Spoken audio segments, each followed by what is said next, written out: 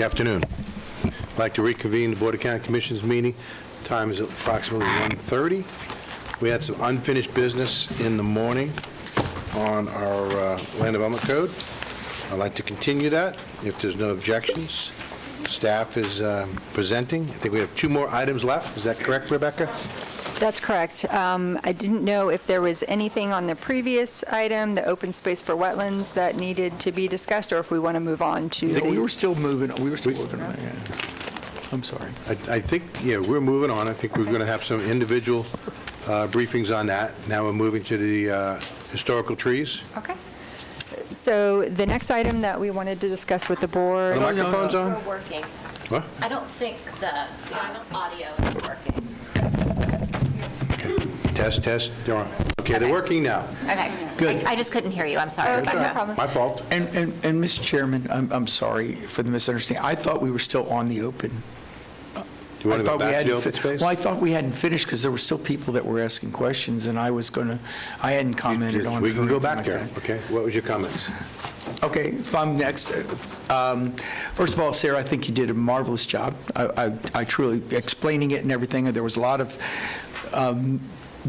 of discussion previously about wetlands.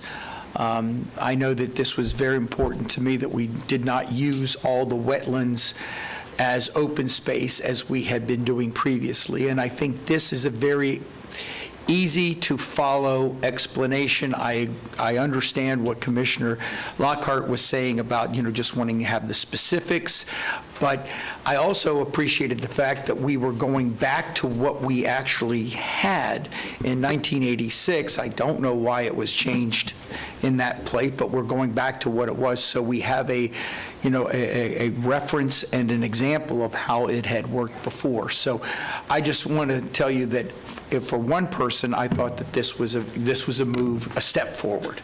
So that's, I didn't know if anybody needed to have that for, where we were going. I don't know if we had discussed whether there was a majority that accepted that. Before we went to recess, and I may be mistaken, but we're asking for individual briefings so that this is the first time that we've seen it, we would be able to digest it one-on-one with our staff. All right. I'm sorry, I did not remember that, understood. sir. Okay. If that's the case, fine. I'm just saying that, I feel comfortable about this. I'm sure we all do, but we talked about having individual briefings. Okay. Since this is the first time we've seen it. Any other discussion on this topic? Commissioner Herr. I do concur that we are going to individual briefings and would support that, and the heads up that I'd give you is that there's been so much advancement between 1986 and 2022 that just, that's the year I got married. A lot has changed. I wasn't born yet. I would ask you to refrain from saying that. That was a career-limiting move on your part. Just point of clarification, this needs to be factual, this is a public meeting. Yeah, so that piece is in the individual briefing. I'd like to understand why we went back to the future and maybe the science behind that. Absolutely. In terms of understanding. Okay, Commissioner Lockhart. In that same vein, we had a county manager at one time who, before he would change any policy or consider doing anything, would say, I want to know why the fence was put up before you asked me to take it down. And so if it was removed for some reason or changed in 1986, that's great. I'd love to know the history of why, if there's someone that can help us with that. Just to give a little bit, I think this was more changed probably during the recession, like when my position was cut originally. In 1986? No, in 2008, because this was just written in 1986. It was changed in 2008. Possibly, I think it was in there, because we have That's that, different. we have that Appendix H for natural resources in the LDC, which is basically this document. It's poorly formatted, so it's hard to read. But again, if anyone would like a PDF of this, I'm happy to provide. Please send it to all of us. Absolutely. So it was written in 1986 based off of the Seminole County Wetlands Study, which was completed via a couple of private consultants as well as UF.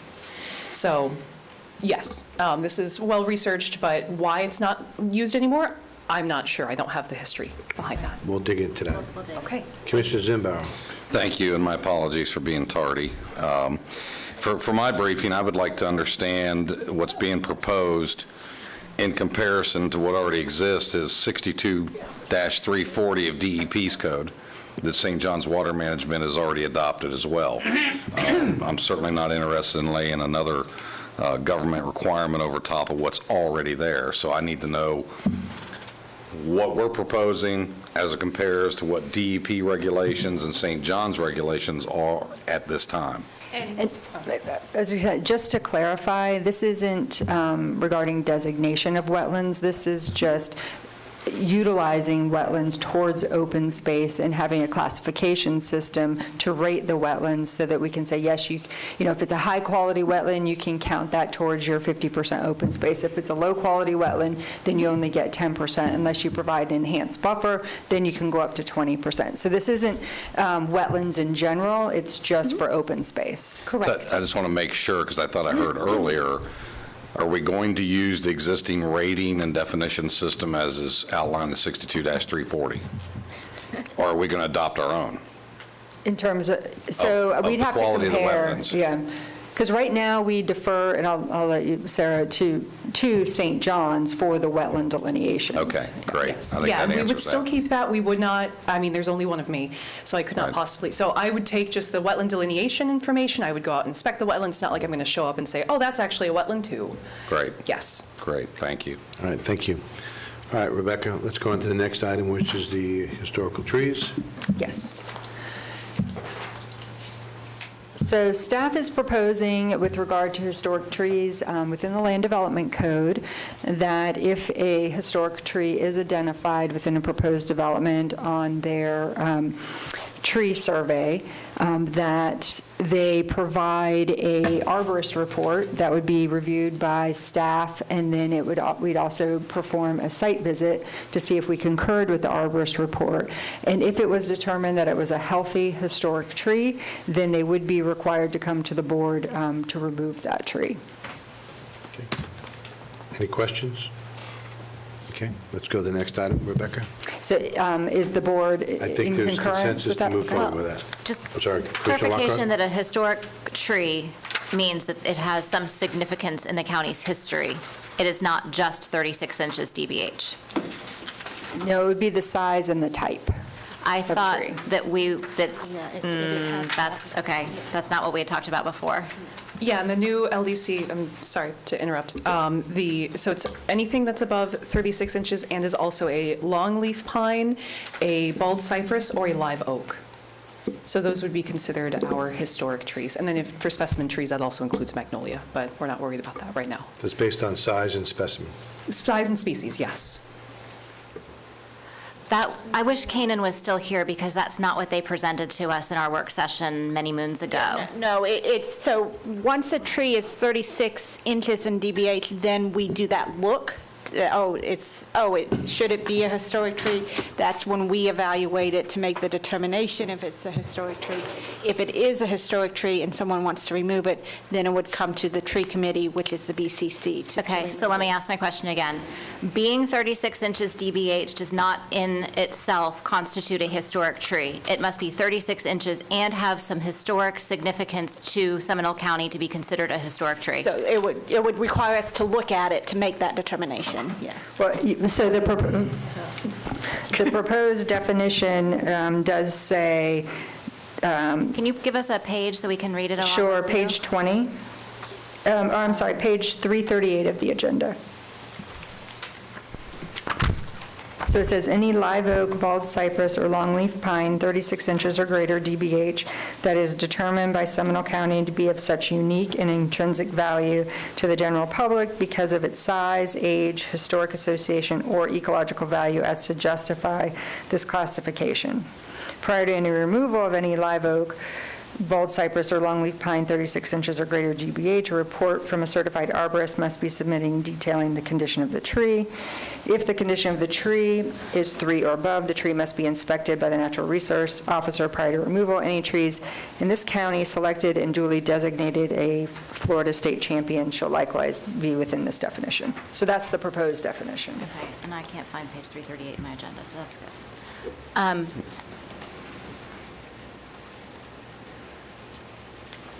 So if you look at, under the agenda item, which is 23, If you look at it, page 20, it says page 20 of 309, that's a little larger print. Okay.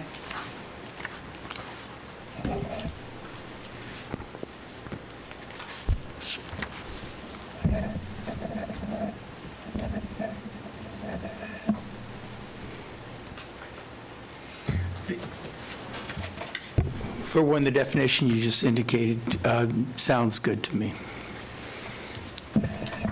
So any 36-inch DBH tree now has to come to staff. That's not what she said. Well, how are you going to make the determination if you're not going to bring it to staff?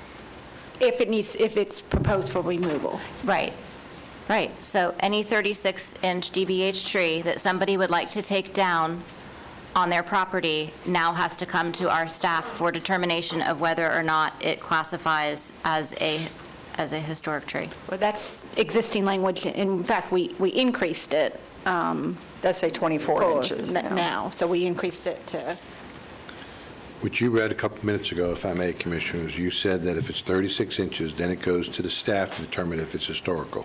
correct, Okay? And it has to have some historical history behind it. correct. No, Or I think ecological. that's it's why. an That's what you- or. It's or. It's an or. It's or. It's a lot of things, or.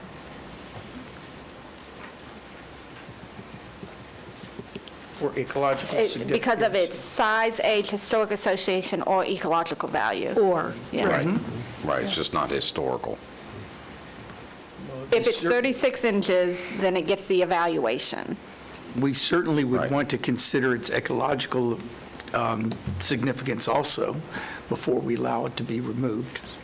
And this is applicable to single-family dwellings? No. I'm getting a head nod no, off, down this way. Who is this applicable to? Hi, this is not applicable to single-family, like if you have a house, you have a 52-inch tree, you can cut it down. That was what I asked just a minute ago. Okay. If this is for, say, a new development or commercial development, yes. Or if your property is above that cutoff limit for the arbor permit, which I think in our new code, we've put it at 3 acres, correct? Yes. Correct. Currently, it's 5. So if you're 5 acres and below, and you have a house already on your property, you can do whatever you want still.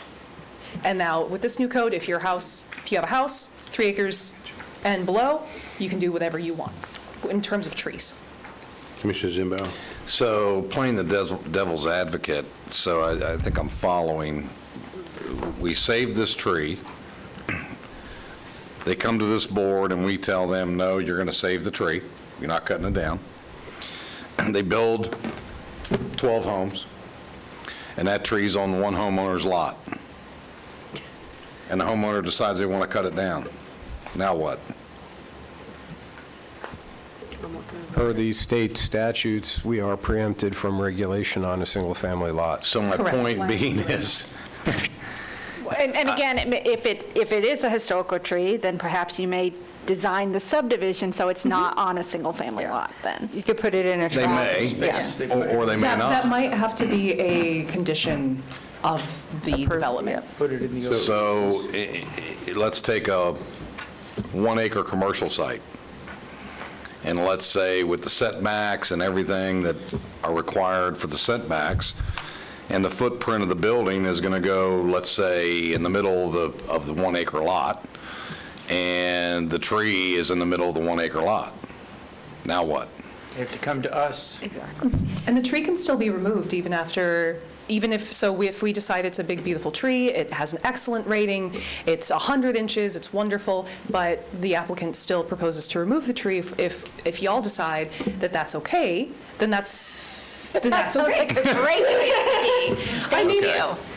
Yeah. So like, it just because it's historic or just because it's a specimen does not mean it cannot be removed. It just means that when you do Now, remove we're it. the ones that are responsible for having done it. Right, so my follow-up question to that is, if it ever would come to that, what is the matrix to replace that tree? So, again, let's take the 1-acre commercial site by example, and we've got this 36-inch tree. Everybody agrees, including everybody on this board, that's a great tree, it's historical, it's a premium specimen for the species, et cetera, et cetera. but they can't use the property with the setbacks and the open area and all the other restrictions we have in our code. So we say, okay, you can cut it down, but what do they have to replace it with? So what is the matrix of, is that 8 trees with 8 dBH? Is it, what's the answer to that? So we do have replacement, and it's all based on size and how many inches. So if you have a very large tree, you're obviously going to be required to replace a lot more inches. So if somebody does take out a historic tree, which there is provisions in the code where if it's too restrictive and you're not able to actually utilize your property for development, then you can, we want the board to be aware of those situations. And then we would bring those cases, obviously, to the board, and the board could say, we think you could redesign your project, or yes, we understand that this is too limiting, and you can remove the tree.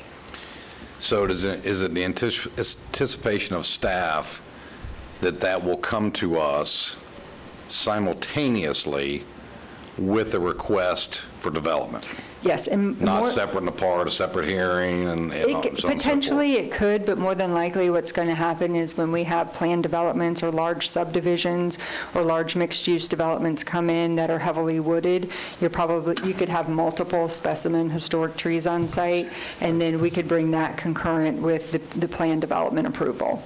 Because so we could say, here's the proposed PD, they're requesting to remove, 10 historic trees or 10 trees of this size. Yeah, I think the benefit for everybody and reduce the cost to the ultimate owner, especially in housing, it would be beneficial if we could have that all at one hearing and not have a separate hearing. But the problem I see with that is, a lot of times, engineering is not completed, and then when engineering has to be completed, then we find out it's a problem, then we're having another hearing. So we have recently been requiring more tree information up front, just because we've had issues where down the line, your bubble plan is approved for your PD, which allows a certain amount of entitlements, and then we have an issue where the site's completely clear-cut, and, and then we say, well, those entitlements were approved. In order to develop those entitlements, I have to,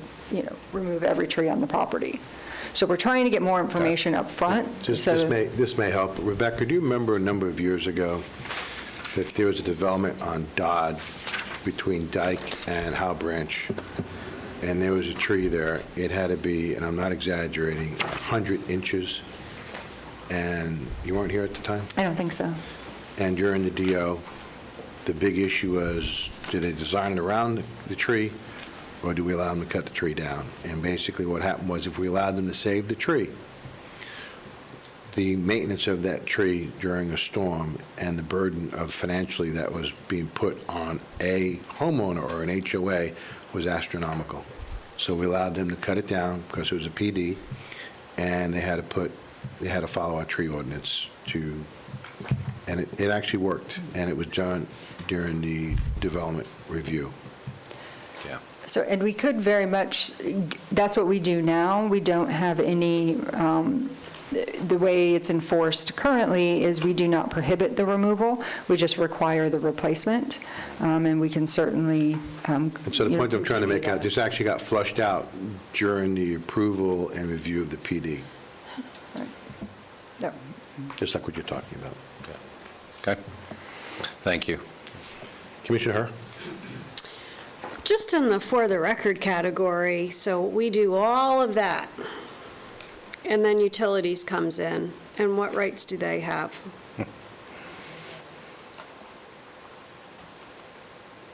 So in terms of a utility company? Well, I believe that what we experienced, it seems like this is District 5 Day, I believe that what we experienced was what minimal amount the developer could save then got plowed over by the utilities company because where the line was drawn came in after the fact, or it was changed after the fact.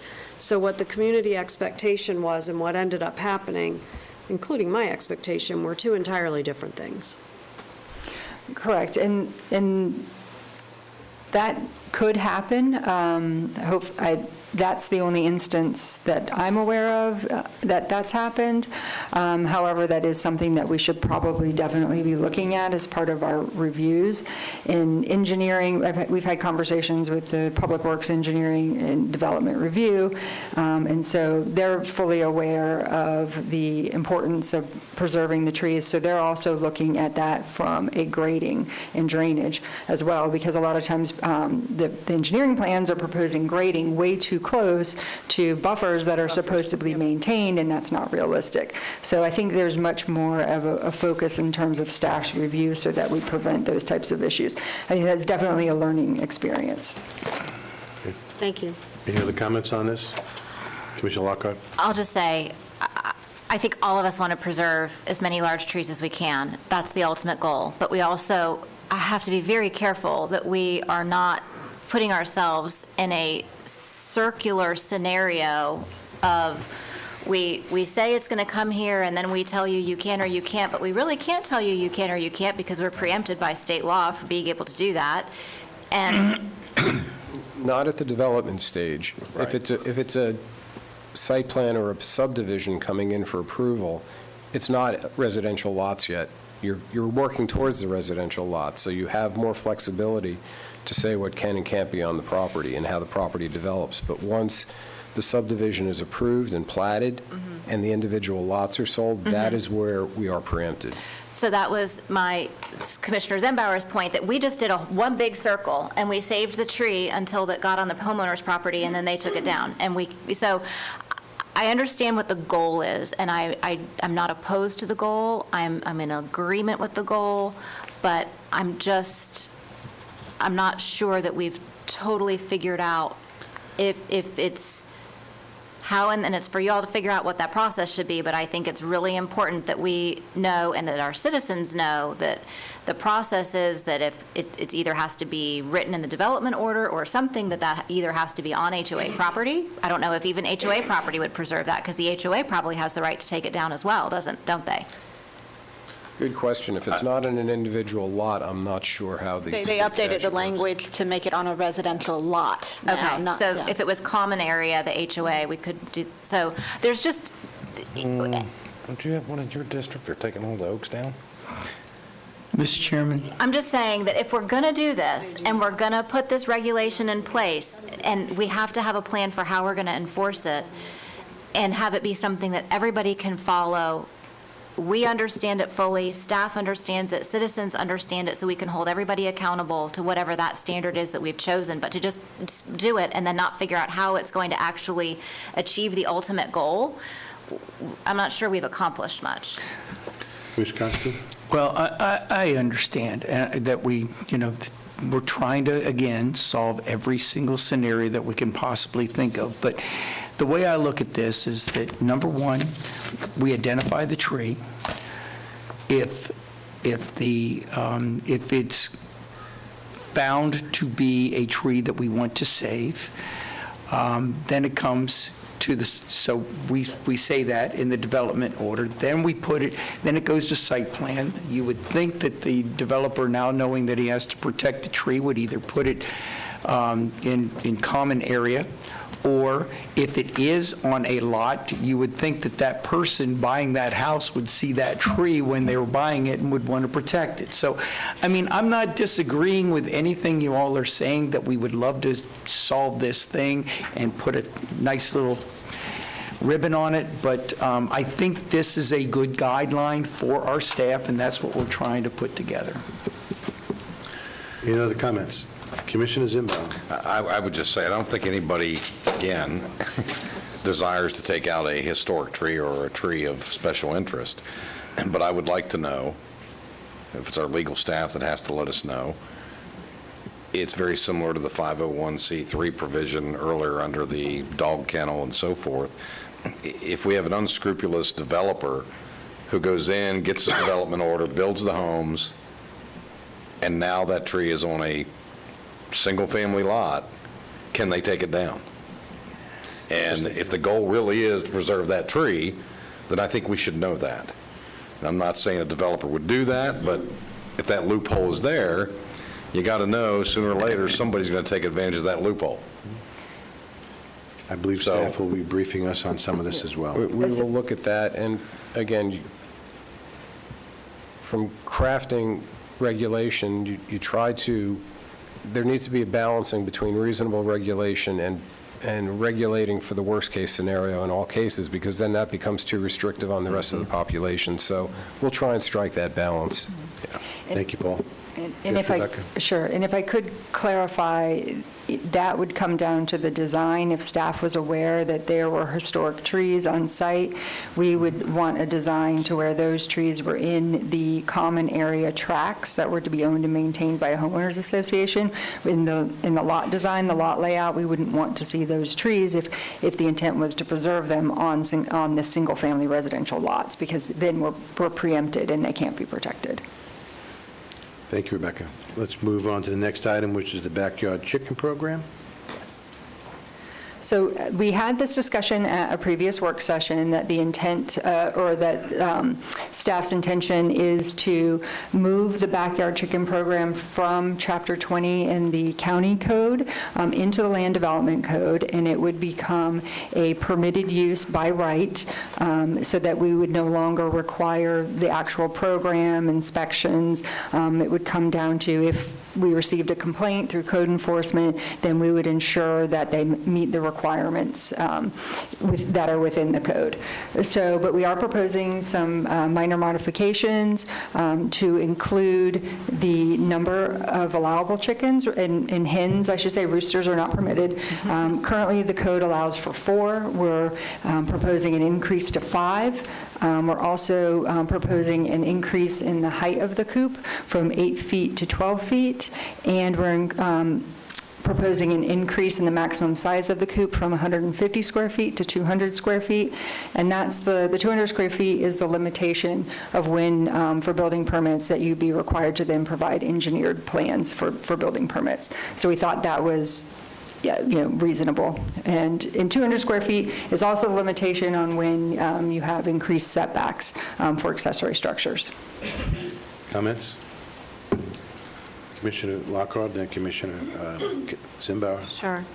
I really appreciate our team being willing to look at this. I'm no secret, I keep chickens, and I run with a lot of crazy chicken people, and there are a lot of us that have more than 4 or 5 chickens in this community that without a permit or without having gone to the class, and there's just a lot of non-compliance, we'll call it, existing.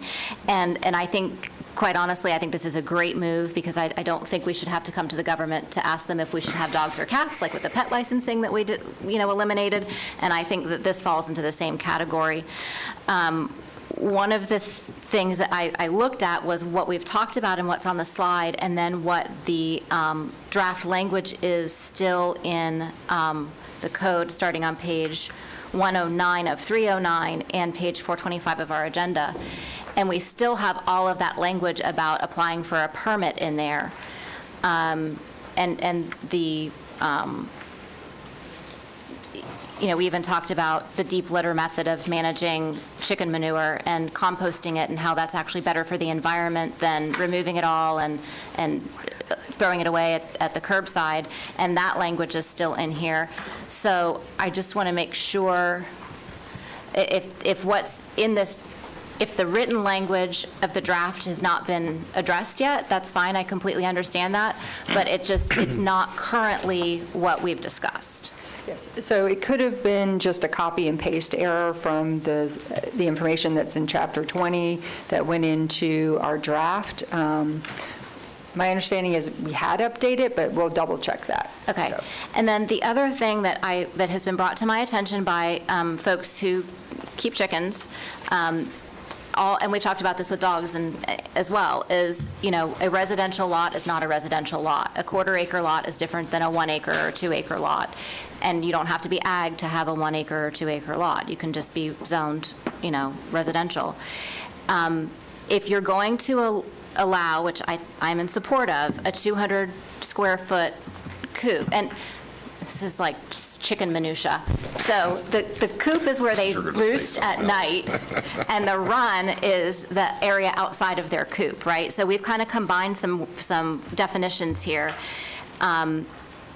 and I circulated to staff the University of Florida pamphlet where they recommend 3 square feet per bird for the coop, which is where they roost at night, and 8 to 10 square feet per bird where they hang out during the day in their enclosed run. So if you were to build, it's like building a Ferrari, 200 square feet, and telling you that you can only go 25 miles an hour by saying they can only have 5 chickens. So if you could have 2 acres of land and a 200 square foot chicken coop and be told you can only have 5 chickens.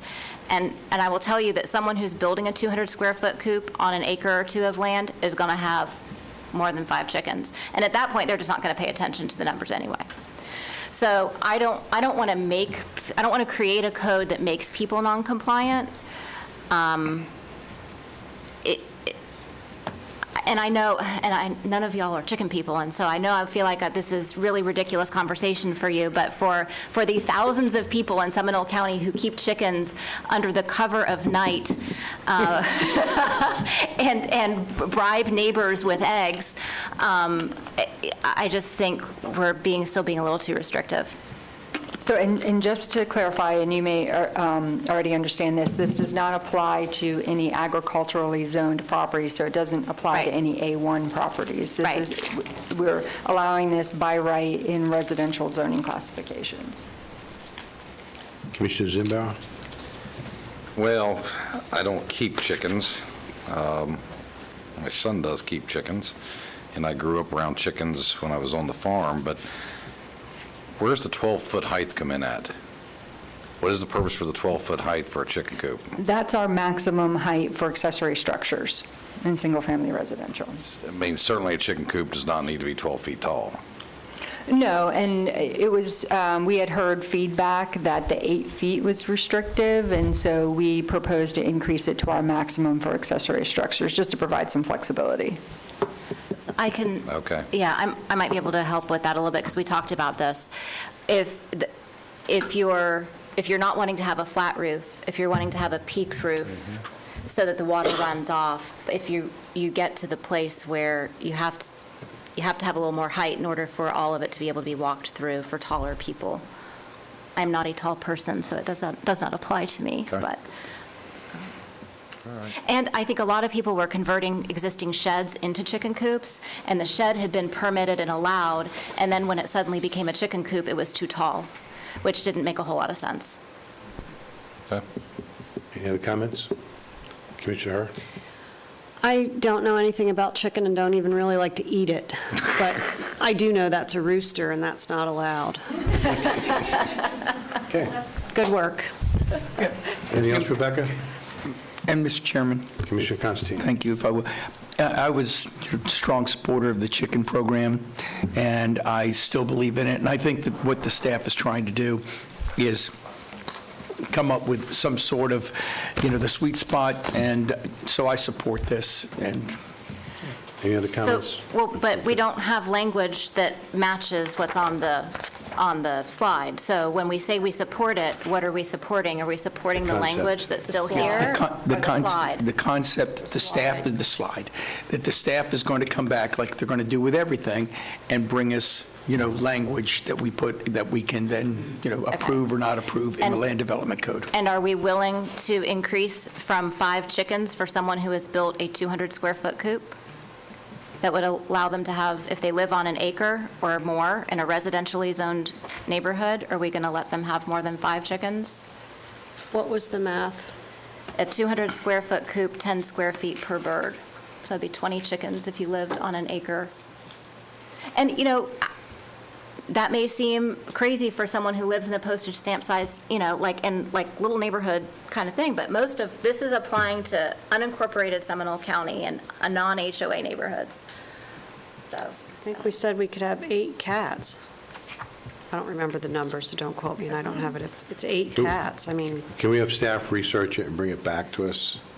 Something that makes, I can tell you that when you start increasing the number of chickens, we probably ought to be looking at our animal ordinance as it affects odors crossing property lines, well, that because, still applies. No, I It still understood. applies. Yeah. You can have 5 chickens and it can stink if you're not no, keeping I understood. I take mean, care of them right. chicken chicken. I'm sorry. is probably one of the most offensive odors you could have on a farm, maybe next to a goat.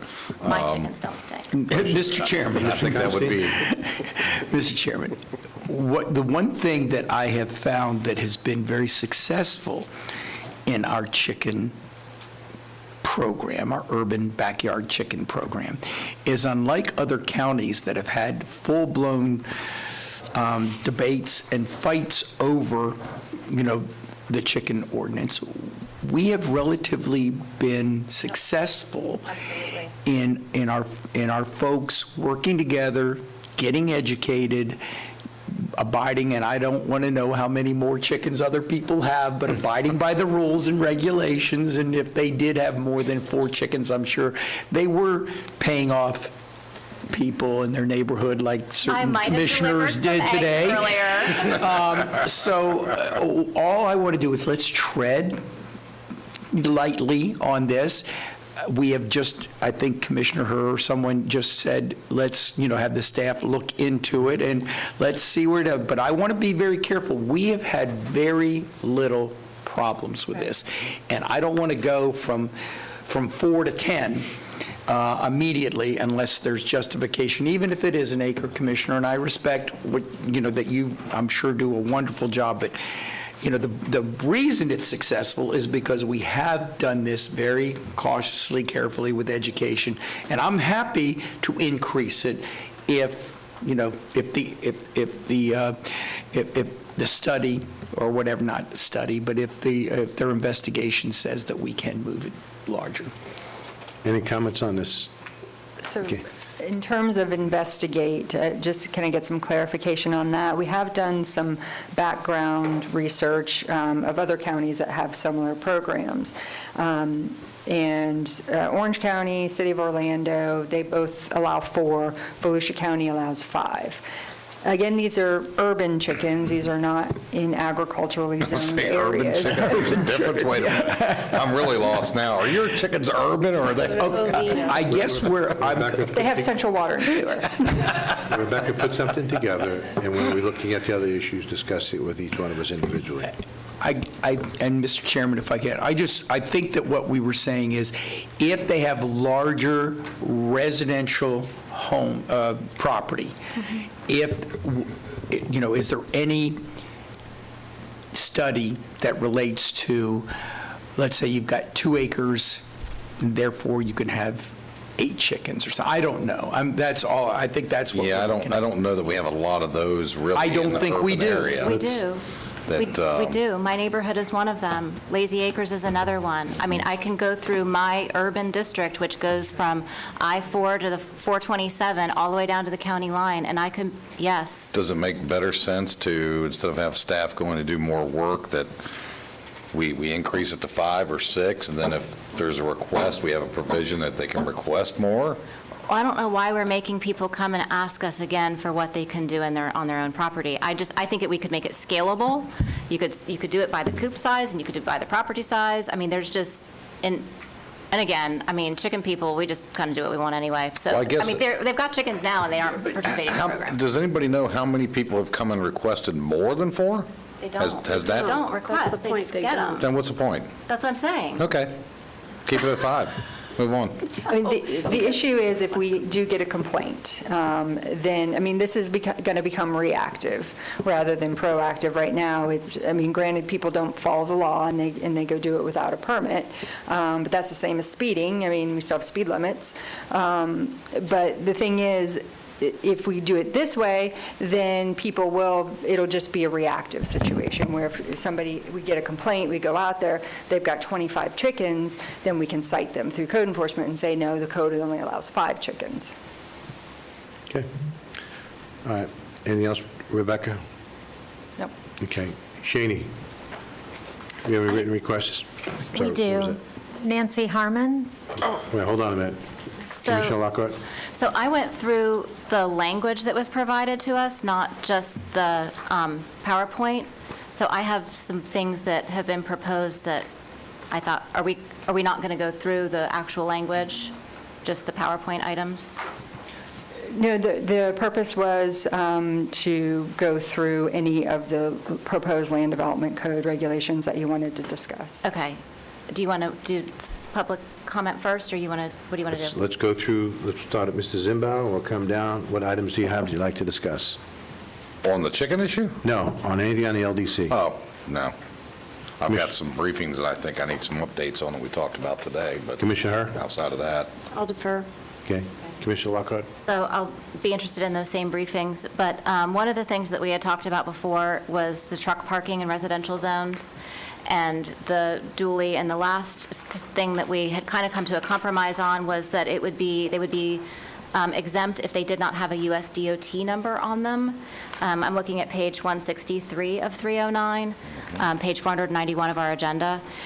And again, I live in a very working-class neighborhood, and we have lots of them in Seminole County, and I went around one morning to take pictures of all the dually trucks in my neighborhood, and I got out there too late because everybody had already left for work. So I went later in the evening when folks had come home, and it was too dark for me to be able to see if there was a DOT number on them, and I didn't want to look like a stalker and go up into people's driveways. So as a part of that exercise, what I learned is, and I'm using my neighborhood as an example because I think where I live I think I'm the only commissioner that lives in an unincorporated, non-HOA neighborhood.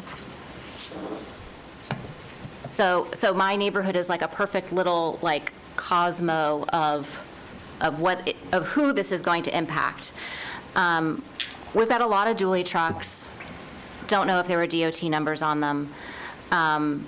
We also have a lot of other things parked there that are against code, and frankly, no one in our neighborhood cares.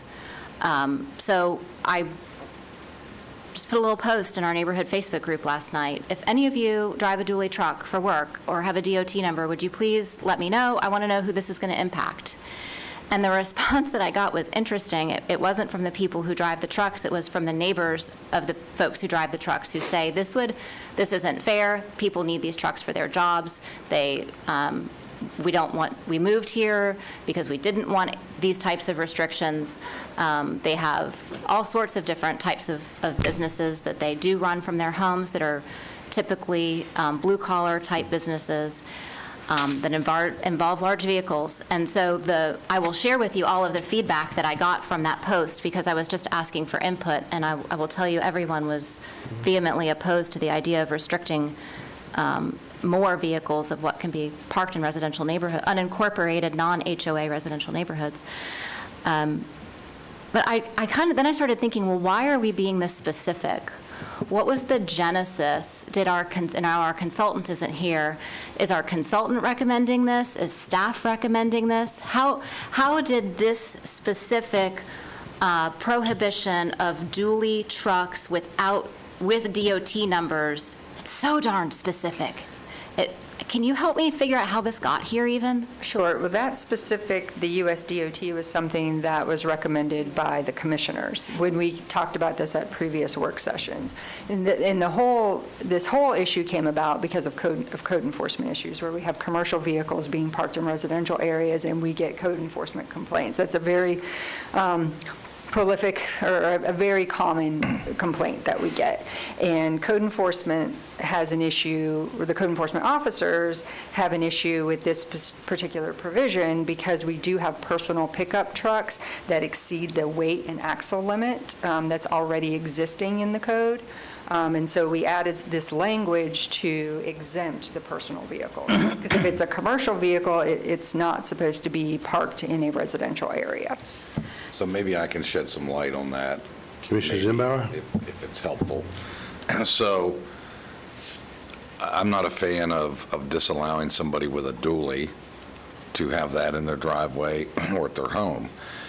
When under federal regulation CFR 49, you have to maintain a U.S. DOT number, that is a for-hire vehicle for hauling goods, transporting items. It's actually a commercial vehicle that falls under a whole set of different regulations as far as how it can be operated on the roadway, et cetera, in comparison to like my dually, I'm not for hire. I can haul my boat, I can haul my John Deere tractor, and I can park it there, and it's not a problem. When you have a commercial operator, you run the risk of having multiple vehicles of the same thing because it is a commercial vehicle.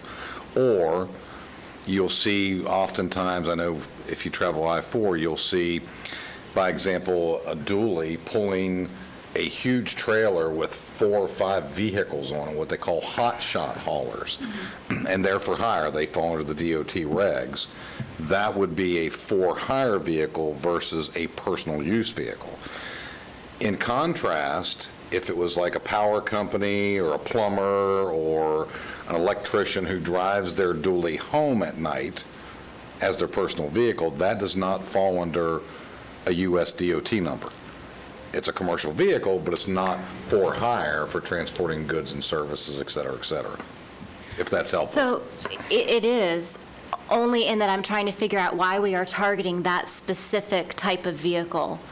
Because if someone does that for their living, and they go and they drive their truck to go pick up the cars that they're going to go deliver to somewhere else in the country, and then they're going to drive their truck home, why are we going to prohibit them from parking their vehicle in their home just because that's their job?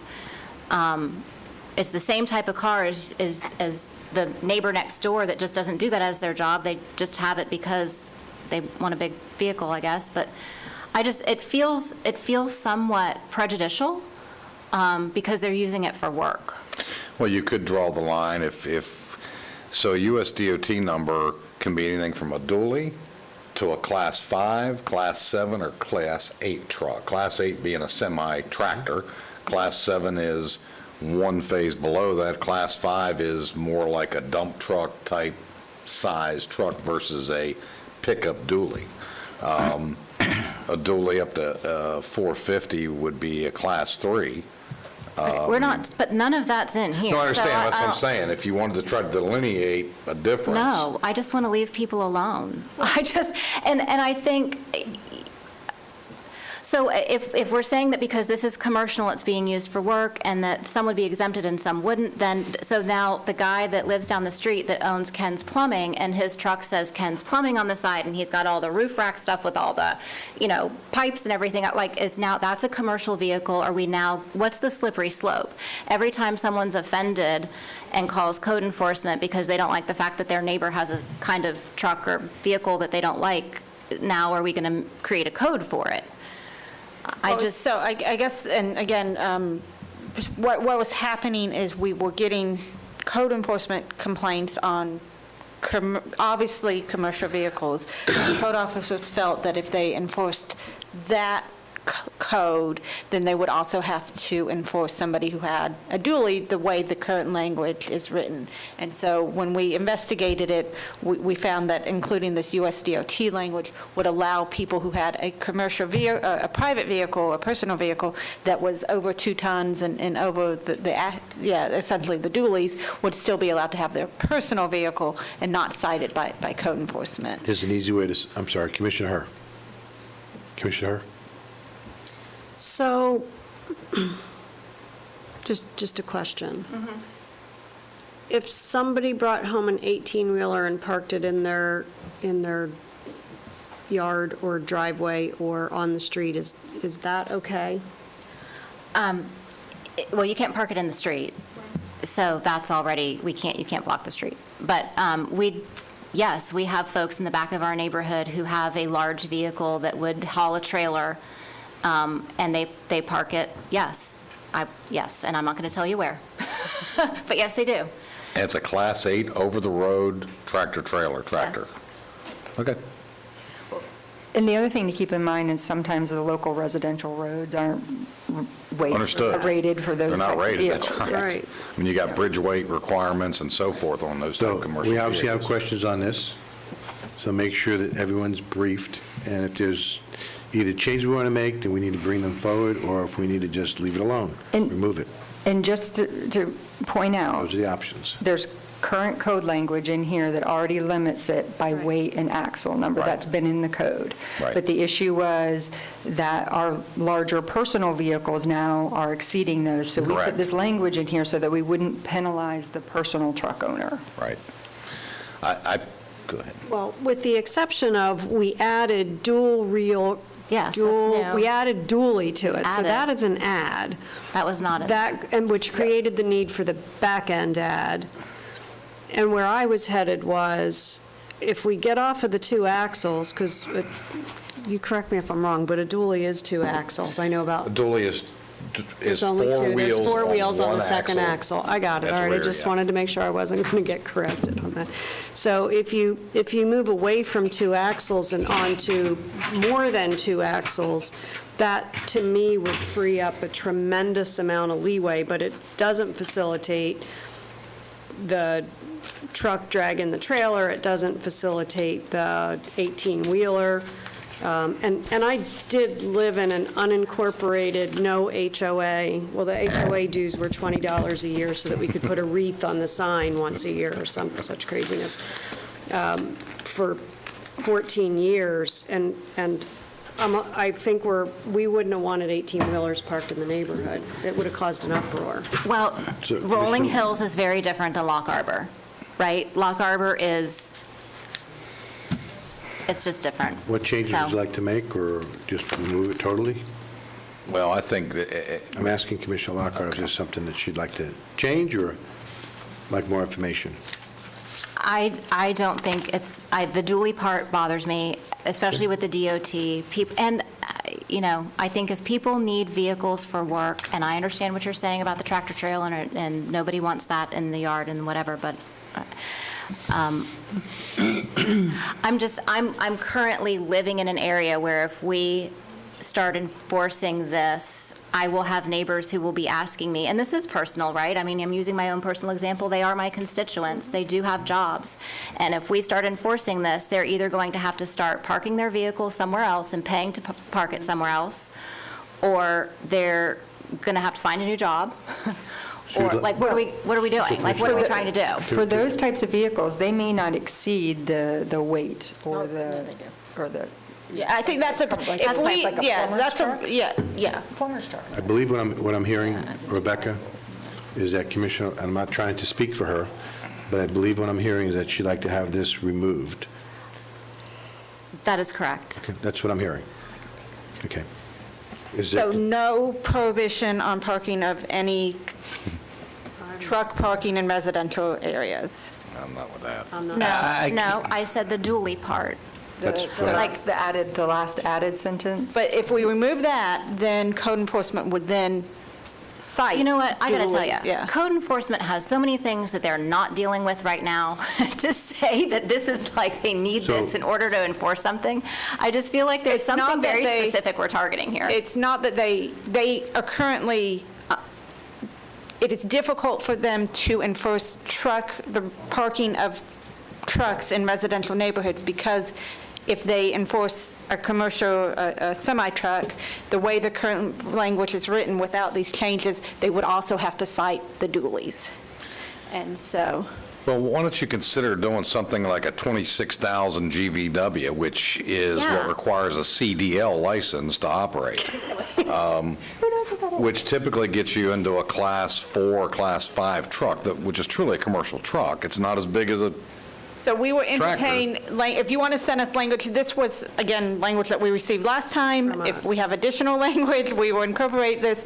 And again, it has been reviewed with the code enforcement officers on what they can enforce. So if you want to send that to us, we will so incorporate let's circle that. back around, let's see what the commissioners think that makes them. I'm fine getting rid of the dually part, because the reality is there are, when you get into a class, you can have a Class 5 and Class 6 that only has 2 axles, that does have dual rear wheels, but it's got a GVW of 35, 40,000 pounds. Well, that's exactly what I So was what thinking. is that? Is that a so- Swan's truck? That Give would me an be example. like, I feel like I'm in the chicken conversation. maybe like the big furniture showroom trucks. Oh, that's big. Okay, that's a Class 4 or 5 truck. So a big box truck. Correct, big box truck that only has a front axle and rear axle. Did I but impress you? Rear wheels, you did. Class 8 is a full-blown semi that usually has anywhere from 3 to 4 axles. Okay. And the last 2 to 3 axles each have 4 tires on Right. them. Okay, let's- So I think that makes a lot of sense, now that you've explained what that means, because that was like Latin to me, so I appreciate that. I think if it's not so much the weight necessarily as much as it is the size, like you're describing. Right. And there was also language that pertained to air-conditioned. I think that it makes complete sense. That's a large vehicle if you're air conditioning, keeping, produce cool or whatever. Some of the trailer portion, or? Air-conditioned truck. Air Oh, okay, a reefer. Okay. Not what I would have given that. That's what they're called, definition. So I would have been confused with that, too. All right, so Rebecca, we're going to circle back around on this particular item. Okay? And then I have one more question. ma'am. And it's on the following page, on page 165. And it's highlighted, it's not underlined, so I don't know what it means, but 9.5.3, boat dock and floating dock setback requirements, permit required. Does that mean that it's been moved to Part 50? Or is that's been modified in some way? No, it's just that we've now made that 9.5.3 as opposed to Part 50. So it's the same language that's in there, it's just been moved in its entirety From there to here. to this section. From yes. Part 50 to this section. Okay, there's nothing below that, what I just read. There aren't any proposed changes to that section. So the language is not there. The language is missing. Yeah. Correct. Okay, thank you. I thought I was like, wait, what goes behind this? Okay, great. Thank Sorry. you. No, that's all right. I appreciate it. No, That's all I no have. changes, no language. Got it. Thank you. Commissioner Constantine? Okay. Rebecca, I believe you have direction. Let's now hear from the public. Thank you so Shane? much. Direction to come Stay back. right there. Again. And get different direction. Yeah, and get different direction. Shane? No, and I apologize, this was supposed to be a longer work session, but it had ended up being rescheduled, so thank you for letting us Let's- kind of jam it in Rebecca, today. let's hear from the Try to do public it now. longer. Well, and I would only suggest, Mr. Chairman, if there's something new that's going to be interjected, that maybe you get it to us in advance so we can review something you're going to ask us to consider, and we can maybe vet a lot of our questions out. Like with this wetland thing and all that. Had I had that in advance, I probably could have put a bunch of questions together and said, what does that really mean? It was included in the agenda package, but it sounds like we should have set up individual briefings with you all, so we'll make sure that we do that in the future. Thank you. Shane, what's the first request we have to speak? Nancy Harmon. Ms. Harmon?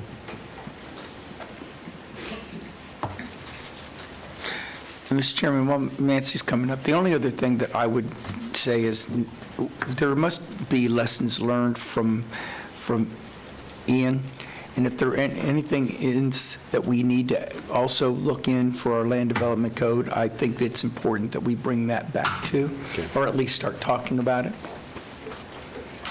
Ms. Harmon? Nancy Harmon, 752 Pioneer Way, Geneva, Florida. And Lee, I agree with you 100%. There's got to be lessons learned from Ian. First, I'm going backwards to the chickens. I listened to that whole story as well, and I am aware that people don't like dogs running and barking either, but it happens. I'm aware that we can call code enforcement if we want to get our windows shot out, or people sending us nasty mail, or spit on in the streets, or dog poop dropped on our driveways for turning somebody in for having an offense. So people don't do it. So the reality is I agree with Commissioner Lockhart in many respects in that, if we continue to try to limit people just doing what they do, by all these rules that we never can enforce, then all we've done is we've made a mockery of the system. And basically, that's what this is. I have neighbors, their chickens run all the time on my property. Yeah, I'm on 5 acres, but you wonder, well, why do their chickens have to come over here and let my dogs chase them? If my dog chases them, I feel terrible, then I got to tell them my dog killed your chicken. And I mean, it's a thing. But I think if we can just get along and say, you know what, this is life, as long as Rebecca says to me, Nancy, you need to keep your chickens off my yard. And I say, Rebecca, I got it. I'll keep them contained more, blah, blah, blah. That's how we should live. And not try to make so many rules that we can't enforce. We've got stink rules that, Commissioner Zimbauer is talking about the neighbors and the stink. Well, I got neighbors that don't have ag exempts and their animals stink. Their animals are dying on the property, and code enforcement will do nothing. Nothing. So, enough said. PDs, innovation. I really have a concern, and I'm glad you all stated the same thing with regards to what's a guideline. Let's put a guideline in. What does an innovation mean? And it can't just mean one thing. Let's say you have to meet 5 of 6 or 5 of 7, but make it mean something and make it truly innovation. Make it truly something that people can go, I got a great place, like Babcock Ranch, which a lot of people hate. But that's the one thing there. Parking 2020, or I'm going to be hitting people's cars and I'll be paying insurance for my husband because he will hit people's cars, or my mother will get backed into again. There's also things on here, with regards to what Sarah's talking about on the field guide. I'm not in favor of the Pinellas enhanced buffers because, again, it would never be enforced. It would only be enforced at the time that the development was approved, but once the HOA and others took over, it would be mowed and it would not be enforced. So I think that's an unenforceable requirement that should be removed. And I will follow up with more issues, emails to all of you, so that maybe you guys are having the same concerns I am, but next time we come together, we'll have a better dialogue, and I won't take up all your time. Thank you. Thank you. George Sellery.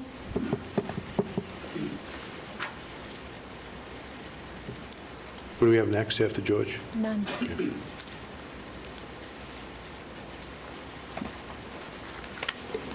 George Sellery, 5231 Shoreline Circle with Lake Forest. Just really quick, I agree with Commissioner Lockhart about the backyard chickens. I wish the slide was still back up there, but it's not. I grew up in Lake Helen partially, and the only thing I would suggest, I do think there should be standards for less than 1 acre and over 1 acre. 1 acre should be different, but on both of them, my grandfather built his chicken coop on 1 acre, right on the property line, right next to the next door neighbor's master bedroom, and that had a lot of arguments until we moved it. So I think there should be some buffer locations so that they don't put that, enjoy their big 1 acre backyard and have it right next to the neighbor's master bedroom window. Took us a while to get that figured out. So I think there should be a different standard and some buffers. Similarly, on buffers, I think you haven't really addressed it a lot, but we have now, like every developer will tell you, no more single-story anything. It's 3, 4, 50-foot tall, and I've taken some of you around to show you what happens when you put that 4-story apartment building or public storage building next to a residential. You need to have a buffer zone there, and it needs to be, mathematically based so that somebody can see out their window and not see a building 40 feet away. So I think you should look at those. I still think, and I'm going to continue no clustering or PDs on 15 acres or less. That's what Canaan recommended. They are the expert. You can't really, by definition, cluster and do that kind of stuff on 15 acres or less. And if you actually go out there, that's where a lot of these places are flooded over on our side. And I want to thank Commissioner Herr, because a lot of residents have reached out to her, and she's come out and seen a lot of this kind of stuff going on. So, we have a lot of suburban estates in A1 out in that area surrounding us and going out into the WRPA. The last thing, and I know you spoke about it last time, but I never heard anyone finalize anything. I don't think retention ponds, and ours overflowed, by the way, should count as open space. You have to have something there to aerate it, because otherwise you got pond scum. So I'm encouraging to where we have parks. Make some of it a park so that Lake Sylvan, when I go see my grandson play soccer, I'm not in a 50 line of cars to get in there. So, and I've actually talked to a member of the DAB who's not necessarily opposed to something like that, as long as there's no park impact fee like everyone else has, or open space impact fee. So kind of like maybe the retention pond counts for 50%, and there needs to be just enough for a tot lot or something so that the kids have a place to go, or a field or something, even a rec field. So that's all I got. Thank you very much. Thank you. Oh, shout out to Alert Seminole. You guys did great. Every time Lake Forest has called Seminole County, we have had a fantastic staff member, spent a lot of time helping us. They have been great. I've gotten probably 40 phone calls from people in Lake Forest because I'm on the board. Nothing but rave reviews about Waste Pro coming out and explaining stuff, and about Seminole County employees going out of their way to try and help people take care of the problems they have. So if we could open up Yankee Lake and dump waste there, we're not trying to drive it all the way across the county, spilling it all over. That would be even better. Thank you very much. Shane, do you have any other written requests? Yes, sir. Anyone in the audience that'd like to speak to us about this agenda item? Anyone in the audience? We've closed public input. Public input's now closed. There's no action on this, so we don't have to make any motions. I believe, Rebecca, you may have as much information as we all do. Good luck. Okay, we'll now move on to county manager's briefing for the morning session. I said everything I needed to say this morning. County attorney? No report at this time. We're now going to move on to the afternoon session. So do we have acceptance of proof of publication? So moved. Second. A motion second, any discussion? All in favor of the motion, signify by saying aye. Aye. Aye, opposed, like sign, motion passes. For the rules for public hearing, our staff will present each item for consideration with staff's recommendation. The board will have an opportunity to ask questions of staff when the presentation is finished. The applicant will be given an opportunity to present following the staff. Board will then also be given a chance to speak or ask questions to the applicant. Members of the public interested in speaking for or against the project or the issue, please fill out the yellow speaker form located in the lobby. Indicate the item, whether you're for or against it, place it in the tray, or as it is now, please give it to Shani Beach. She's sitting right there. Shani, raise your hand. Thank you. Members of the public will only be allowed to speak once per item. If you would like to have your comments submitted to the record, please fill out the green comment form located in the lobby, and also give it to Shani Beach that we just indicated. Speakers should state their name and address clearly for the record, whether for or against it. Speakers will be given 3 minutes unless they represent an official HOA or their legal organization. They'll be given 6 minutes. If a board member has questions regarding the speaker's comments, they'll be given an opportunity once the speaker's time has expired. Speakers should limit their comments to pertinent information regarding the agenda items discussed. The clerk is required to obtain all documents, photos, drawings, etc. that's presented to the Board of County Commissioners, so we keep an accurate record of today. So if you show it to the board, please be prepared to leave with the clerk. Once all the speakers are heard, the applicant will be given an opportunity to rebut if necessary. We'll close the public hearing, and the matters will be given to the commission for discussion, a recommendation, or motion. Following a motion and a second, there'll be a board discussion, and a vote will be taken. Commissioners who do not cast an objecting vote will be considered in voting for support of the motion. Since we're going to quasi-judicial, while the board is welcome to all comments of all individuals interested in speaking, Florida state law requires the board decision and quasi-judicial actions be supported by competent, sustainable evidence presented to the board during this hearing of the application. Subsequent evidence, such as evidence as reasonable in mind, will be acceptable and adequate in support of a conclusion. There must be factual base of the record in support of this testimony for both expert and non-expert witnesses. Has anyone here received any ex parte communication for quasi-judicial? I have not. No. Okay. If you do, please present it to the clerk. Persons presenting testimony must rely on factual information that they present, presented by the county staff and the applicant's presentation, or factual information includes staff's report or supporting testimony. All individuals who presents written material to the board must be considered, all copies of any information that's presented to us must be left to the clerk. It includes any drawings, photographs, or anything for public record. And that is it on that. So now we'll go to item number 24. At this time, we'll hear from staff. This is a District 3 item. Good afternoon. Annie Silloway for the record, Senior Planner of Development Services. I will be presenting the Innovative Solar Small-Scale Future Land Use Map Amendment and PD Rezone. This request is to consider a small-scale future land use map amendment from commercial to planned development and a rezone from C2 retail commercial to PD planned development for a proposed solar-covered RV storage facility on approximately 5.73 acres located alongside South Orange Blossom Trail, approximately 460 feet north of Center Street. The applicant is requesting a small-scale future land use map amendment and rezone to PD in order to develop the subject property as a proposed recreational vehicle and boat storage facility with solar canopies, with an ancillary office use, an M1A very light industrial, and C2 retail commercial uses. The subject property currently has a zoning of C2 retail commercial and is a commercial future land use designation, which allows for general retail commercial development. The site is currently a vacant parcel that has been zoned C2 retail commercial since the Seminole County Land Development Code was implemented in 1970. The parcel to the east is an existing planned development called Public Storage that was approved by the Seminole County Board of County Commissioners in 2020 to allow for self-storage with an ancillary office use and a maximum intensity of 0.65 floor area ratio.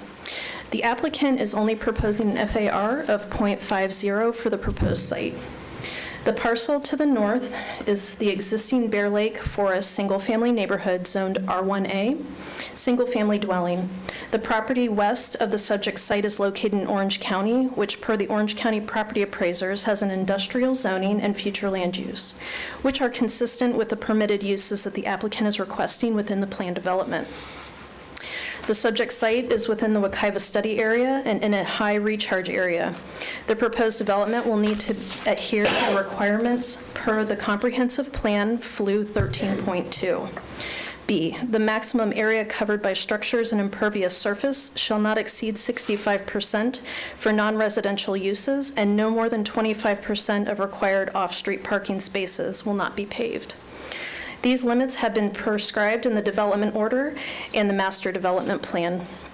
The proposed future land use map amendment and rezone to PD would be consistent with the surrounding uses and lower than the surrounding FAR intensities to the east and the west. To achieve compatibility with the single-family residential use to the north, the project proposes a 25-foot setback and 25-foot landscape buffer with an 8-foot precast masonry wall. The developer is proposing tree preservation around the entirety of the site as shown on the master development plan, and a more defined study to show tree preservation will be required at the time of final development plan. A community meeting for the project was held on May 9th, 2022, and approximately 8 people attended, and a copy of the community meeting minutes and sign-in sheet were attached in your package. Based on preliminary analysis, there may be endangered and threatened wildlife on the subject property, and a list of species and surveys will be required prior to final engineering approval. Seminole County and Orange County utilities are working together in obtaining an agreement between the counties for utility services to this property in order to provide the applicant with a utility letter of capacity for water. A condition has been added to the development order as Condition P, stating that the letter will be obtained by final development plan as an engineered site plan. There is no sanitary sewer service that is available, and a septic tank is being proposed for the ancillary office use only. There is not going to be a dump station being proposed for this site that would allow recreational vehicles to safely dispose of their waste. So buffers, as far as landscape buffers, to the north, a 25-foot buffer with an 8-foot precast wall. Along the east and the west, a 10-foot buffer with a 6-foot metal fence. And to the south, 25-foot buffer along the south property line with a 6-foot precast masonry wall facing South Orange Blossom Trail. And a more detailed buffer will be established at final development plan. And also, the applicant is proposing 25% open space for the project. Staff finds the request PD zoning classification to be consistent with the Land Development Code and the Seminole County Comprehensive Plan and compatible with the trend of development in the area. The Planning and Zoning Commission met on September 7th, 2022, and voted unanimously to recommend the Board of County Commissioners adopt the request for a small-scale future land use map amendment and from commercial to planned development, and adopt the associated ordinance enacting a rezone from C2 retail commercial to PD planned development, and approve the associated development order and master development plan for a proposed solar-covered RV storage facility on approximately 5.73 acres. Staff recommends the Board of County Commissioners adopt the proposed ordinance enacting a small-scale future land use map amendment from commercial to planned development, and adopt the ordinance enacting a rezone from C2 retail commercial to PD planned development, and approve the associated development order and master development plan for approximately 5.73 acres located along South Orange Blossom Trail, approximately 460 feet north of Center Street. And that concludes my presentation. Great. Any questions for staff? Commissioner Zimbauer? I have a couple and just points of clarification. Sure. Verifying this does back up to single-family homes on Shortleaf Court, correct? I don't memorize the street, but it is what I have is the Bear Lake Forest. Okay. Yep. Yes. And secondly, clarification, the building height of 35 feet, but I note that it says we have a 25-foot and then an 18-foot for the solar array. Can you explain that to us? That's just specifying, what the applicant is proposing for each structure. For the solar canopies is 18 feet. But, But that's not on top of the building, correct? No, that's what I not. thought. Just wanted to make sure. Yes. Okay. That's all I have. Thank you very much. Any other Okay. questions for staff? Not yet. Thank you. This time we hear from the applicant. Is the applicant present? Yes.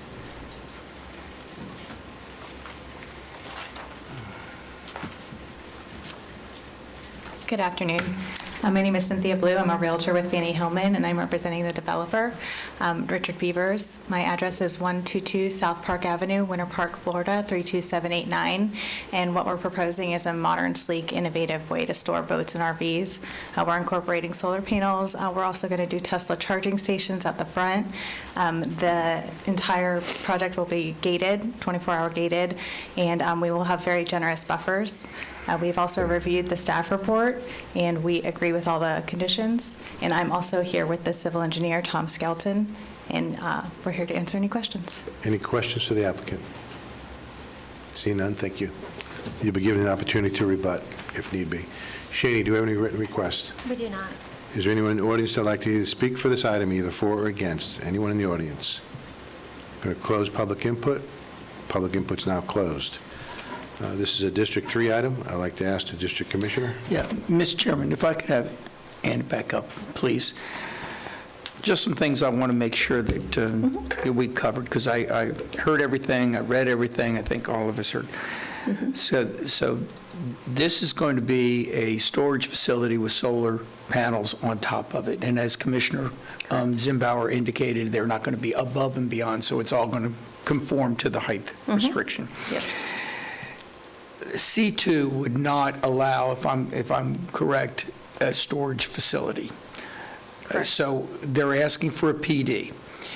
And I think one of the things that we're trying to establish here is, okay, specifically, now that if we grant the PD, what are we getting?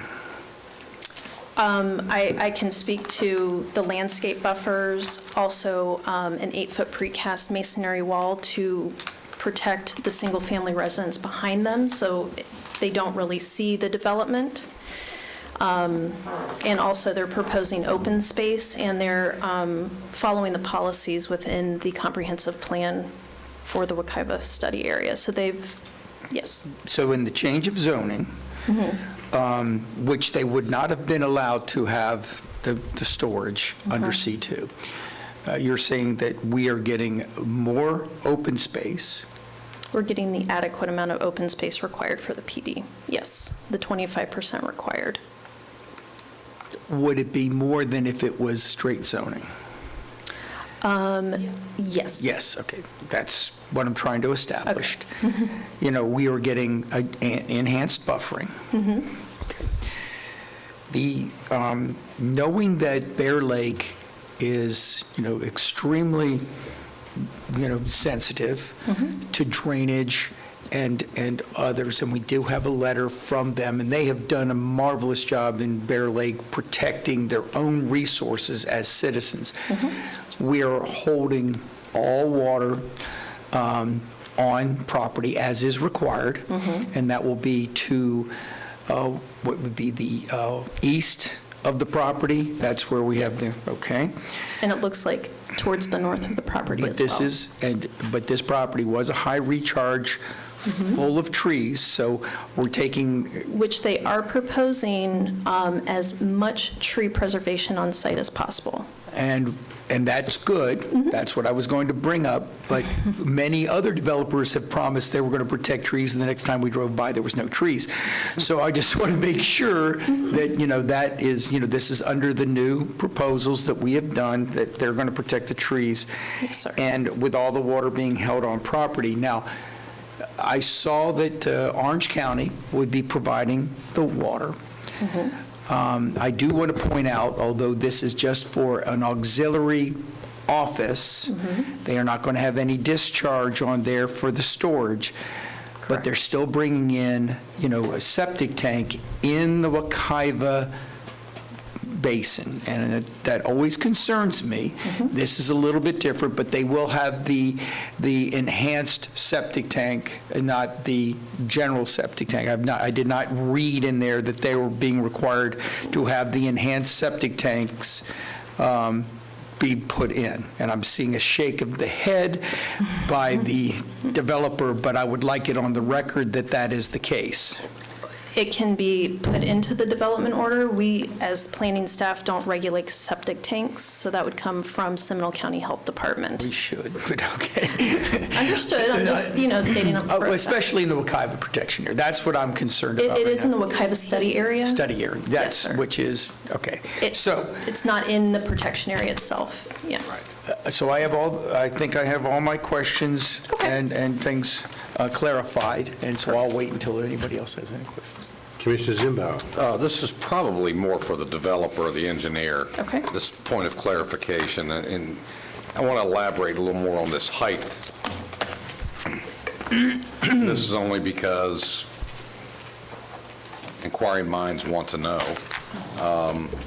The 25-foot, I'm assuming, is going to be limited to the two-story office portion of the complex. Is that correct? Yeah, Tom Skelton, American Civil Engineering Company, 207 North Moss Road, Winter Springs. Yes, that's what it's for. Okay, so you got the 25-foot, which is the office area, and then the 18-foot solar canopies, which actually will be, if I'm interpreting this right, will be the roof for the storage of the RVs and the boats. That's correct. It will yes. be on top of some kind of structured roof already?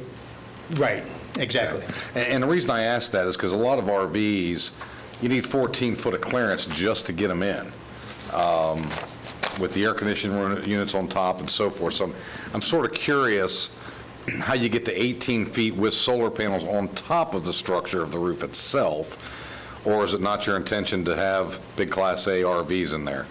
I believe that would give them at least 4 foot. If you have 14-foot clearance, it'd be 4 foot to get to the solar panel part of it. Right, that's what I'm trying to, That's pretty thick, and as long as you're not straight up and down, the panels themselves, I think they're set one time. Okay, all right. So overall, regardless of how the panels are set, whether they are static panels or otherwise, at no time is it going to exceed 18 feet in that RV boat storage area? That's correct, yes. Okay, that's all I needed, thank you. Okay, and just to throw in the septic, I thought there was a condition, maybe I'm mixing jobs there, that our septic system has to be designed a certain way, and I thought it was already in the conditions. It will be. If not, we don't have no problem putting it in there. Well, I don't know. Well, can I ask a clarifying Just- question while you're still there? Commissioner Zimbo, you done? Oh, I'm sorry. I just, the only other clarification, I think it was clarified, Ms. Silloway, this is outside the WRPA, correct? That is correct. That's what I thought. Just Yes, wanted to make it's in the sure. Wekiva study area. Commissioner Lockhart. So I know there's a lot of passion about septic tanks, but can we get clarification from our county staff what is required and what is not required. And I'll leave that to you, Mr. Applegate, who you'd like to answer that question. What can Seminole County as a local government require and put in a DO? I'm going to turn that over to Kim. Oh, look at that. Newbie. Her first official. PD. Hot seat.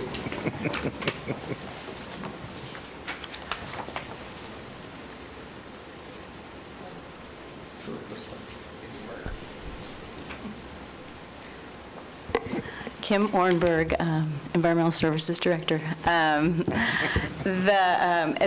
the state regulates the septic tanks as far as at this point in time and have developed the more stringent regulations for the Wekiva protection area for the springs, actually it's statewide for our Florida springs. Outstanding Florida Springs, which is one. We have been talking about working with Rebecca on making some changes to our land development code and have not gone through the process with that at this point. So at this point, the regulations we rely on are the state ones. And I think if it's in the Wekiva, if it's less than an acre, then it's required to have an enhanced septic system or tie into sanitary, but there's no sanitary available for this particular parcel, so. Commissioner Lockhart. So then following up, this is more than an acre, and it's in the study area, not the protection area. And DEP would be the one that would be requiring whatever septic facility would be, whatever you would have to do in that area, is what I'm gathering. And then my next question would be to the attorney, if a commissioner wanted to add an enhanced septic system as a condition of development as a part of the PDDO, is that something that would be allowable? I believe the applicant has already said that they are willing to abide by that condition, correct? That's correct. So there would be no Thank you. problem in this situation. Commissioner Zimbauer. I just wanted to try to speed this along, so, and I think I just got the answer. My question is, to the developer, so you're willing to voluntarily do an enhanced septic treatment system?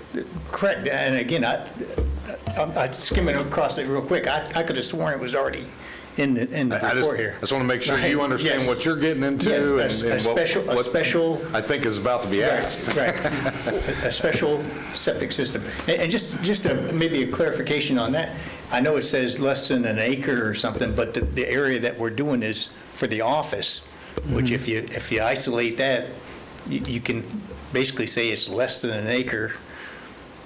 Because we're not providing it for the RV storage, we're providing it for the office. But I just want to make sure you understand, I think what's about to be asked is, there are provisions that the state requires for a septic system. Right.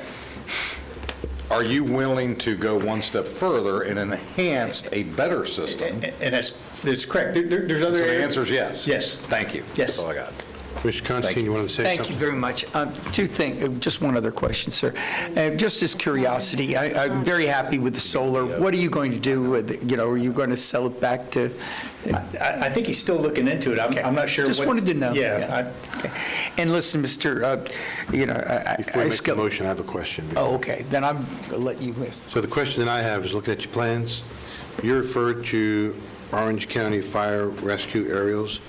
I'm assuming that was just oversight. We're in Seminole County?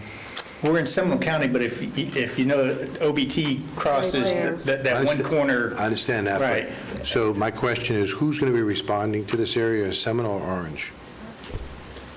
I don't know the answer. Probably be both. Okay, then it should say Seminole and Orange, not just Orange.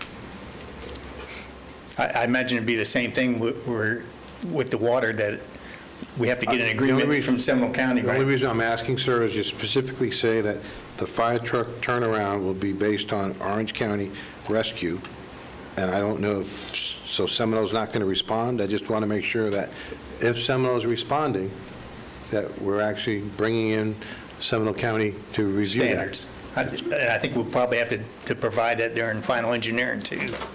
I'm not denying, I'm just looking Right. at, I'm just reading your plan, sir. Okay. I mean, can someone comment on that? We agree that we adhere to Seminole County, too. I don't, We have a reciprocal agreement with Orange Excuse me? County. We have a reciprocal agreement with Orange Well, I know we County. do, but I'm just reading their plans. Okay. For the record, Mary Moskowitz, Planning and Development. So the plans are reviewed by our Life Safety, Fire Safety Department, and so when the engineering plans come in, they will meet those requirements. Okay, that's fine, because it clearly says Orange County. it wouldn't be the first time we made a mistake, so. I appreciate you owning it. Commissioner Lockhart? This is me beating a dead horse. Page 5 of the DO, or page 3 of the DO, page 5 of the item number, page 666 of our agenda. Letter U says, "Water shall be obtained from Orange County and sanitary waste will be provided by septic." It doesn't say anything about what type of system. So if we're under the impression that somehow this development order has some type of, something that you have voluntarily agreed to, it's not here. Right. That's, I just want to make sure we get that, so we know moving forward. We'll get that corrected in the make development order. Mr. Chairman, thank you very much. And you know, whether the state requires in a specific area an enhanced septic system or not, Mr. Skelton, thank you very much for your being willing to volunteer. This is in the Wekiva study area. This is right near the Bear Lake.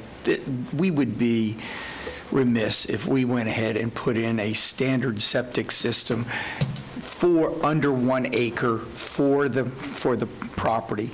So I am going to recommend, I'm going to move to adopt the proposed ordinance enacting a small-scale future land use map amendment from commercial to planned development, and adopt the ordinance enacting the rezone from C2 retail commercial to PD planned development, and approve the associated development order with the addition of the enhanced septic system, and approve the associated development and master plan for approximately 5.73 acres located on South Orange Blossom Trail, approximately 460 feet north of Center Street. Second.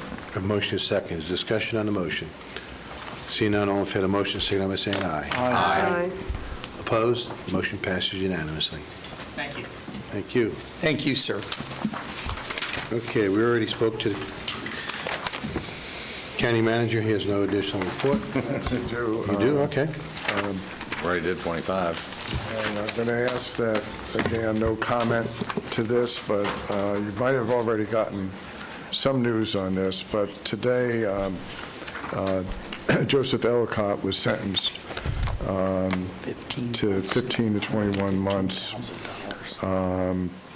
and ordered to pay restitution jointly and severally with Joel Greenberg in the amount of $114,000. Now, what does that mean? That, as the court said, that would be at a rate of $150 a month once he's released from prison, unless his financial condition materially changes. As you know, I'm in negotiations on some other related points that will tie into this, so I would ask that there is no comment. Because I needed to be at the meeting today, I asked outside counsel to attend a hearing. He read a summary of our victim impact statement. Technically, as you know, the payment is directed technically to the tax collector's office. As you know, with J.R.'s Crowell's cooperation, all restitution will come back eventually to Seminole County, because our position is that whatever we get back would have been excess fees payable to the county. So this is the first of other items to come down the road, but I wanted to give you that. That's why I had to step out earlier this afternoon. That's it. Thank you. Any comments? Thank you. We'll now go to the county attorney. No report. Thank you. We'll go to the district reports. District 2. Oh, District 2, okay. I thought it was District 3, but yeah, I'll go. So, first matter of business is there has been a request from the Geneva Citizens Association for the quasi-judicial hearing matters of October 25th, BCC, to be held in the evening rather than during normal business hours. The chairman was contacted, and it was deferred to my office as the district commissioner. What I can tell you is I have a hard conflict on that evening, so if you all desire, you want an evening portion of the quasi-judicial, it'll be up to the four of you all. I would prefer to be present because it is my district, but I have hard conflicts that I cannot move for that evening. So whatever the flavor of my fellow commissioners will be is what we'll respond back to the Geneva Citizens Association. While we're contemplating that, there has, as we talked about earlier, a lot of flooding, a lot of impacts. It continues to amaze me how resilient our people really are. And, you know, I've spent, even with my condition this past week and a half, about returning from my daughter's wedding, I spent quite a bit of time out in my district seeing and talking to people, and it truly is amazing how neighbors are helping neighbors, and they really don't want for a lot. I mean, they want the staples. They want to get their power back on. They would like to get, you know, their insurance people contacted and so forth. But it really is amazing and good to see our community come together, you know, especially when there's so many crazy things going on in the world, and seeing neighbor helping neighbor, and people who don't even know each other from other parts of the county coming to help through the faith-based groups and so forth speaks volumes of our community. I also want to give a big shout out to Dan Shaw out of Danville, who has taken several of those families in when their houses were flooded in the Lake Harney area, because he does have the capability to put people up for a short period of time, so that's been very helpful. And the treehouse. Yeah, that's right. As well as the folks at the Rural Heritage Center who have staffed with volunteers, and our staff has gotten all the goods out there, and they're all day, every day, handing out cleaning supplies and water and helping people, and showing them the way to the shower room, which has been a blessing, as well as the dumpsters. I never imagined dumpsters would be a big thrilling thing, but it's been a big thrilling thing, and hard to believe these people have been hoarding their trash inside their flooded homes. So that's been a big response. I would like, and I don't know who on our staff is the best person, there's been several questions from my district, and many of you, Commissioner DeLaurie has been here for quite some time, knows that that area of Lake Harney has constantly been under flood issues. This is, you know, a big-time issue compared to the previous. But there's a lot of folks out there that are having discussions whether they shall even rebuild, regardless of what insurance pays them. So I would like to have somebody on staff investigate. There's been this discussion about the FEMA buyback programs and how that works or doesn't work. Just whether that's something we ever do or not is another matter, but I would like to at least be able to report to those individuals, this is a program that does work, doesn't work, it requires multiple agencies to be involved, how do they start, where do they begin? We've had people reach out to FEMA, and I'm not sure that the FEMA people on the ground here really know the answers to that, because we've had conflicting answers, and some people we don't know. Right. So whatever we can find out. Commissioner, we've actually had some pieces of property actually get involved in that years ago. Our staff is somewhat versed in that. Okay. I'll make sure, or we'll make sure that the proper staff talk to all of us. Sure. So they understand, or we all understand the issues. Right. That would potentially happen if that actually went through. Yeah, I mean, it's a sad story. I know we've all seen it in each one of our districts, but, you know, an elderly lady in my district pretty much summed it up. And, you know, her statement was, I bought my piece of heaven here when I retired. I'm now 78 years old. This is the third time I've been through this. My investment banker tells me I have enough money to survive to 97, but I just am not going to do it again. I'm not going to spend the next 4 or 5 years rebuilding to have to live out my last 10 years, if I have that, to maybe go through it again. So it's very telling. Although they're resilient, the folks have been through it multiple times. it's really taken their toll. In contrast, some people that have never lived here before, who now live in that area, are just shocked that this occurred, of course, because they had no idea. But outside of that, I think everything is going as good as it can in my district, and as the water recedes, I'm sure we'll continue to have inquiries, and, we have roads that are washed out, roads that are lost, and I want to thank John for your staff looking into certain issues related to drainage and so forth. But I would caution my fellow commissioners, I know it's been stated a little bit today, that we don't have a knee-jerk reaction to this event. I mean, this is a 500-year event. Do we like it? No. Is it something pleasant we want to go through? Absolutely not. Is this setting the bar for the future? I would say probably not. But although we should have candid conversation, I don't think this means we reset everything that happens in this county because of one catastrophic event. And I would say it's not likely to be an ever-occurring event at this stage. So that's all I have. Thank you all very much. So Commissioner Zimbauer will have staff report to all of us about the FEMA buyback program. And then what is your recommendation on the Geneva Society about moving the time? Well, again, it's my district. I'd prefer to be present for that conversation, so I'm not inclined to move that to the evening. However, we are judicial, and we've got 5 people to make a decision. If it's your desire or the other 4 to hold it in the evening, then so be it. I myself would like to have all 5 commissioners here. Agreed. And I just want to ask Mr. Chipak, I mean, I don't know how the other commissioners feel. I don't want to circumvent their thoughts, but whatever we decide, I just want to make sure that we're on legal ground and that we answer appropriately to the citizens. Oh, I can answer to them, no problem. Okay. Mr. Chairman? Yes. In regards to that, if there was an inclination to move the meeting back to 6:30, we would need to know that from an affirmative vote of the board today, because our re-advertising deadline would be tomorrow evening to get it to the newspaper. So if action is going to be taken, it needs to be taken today. Sure, and as a sidebar to that, I worry. I know we have great staff, but this staff has been working 24/7 on this hurricane, and to ask them to come in overtime.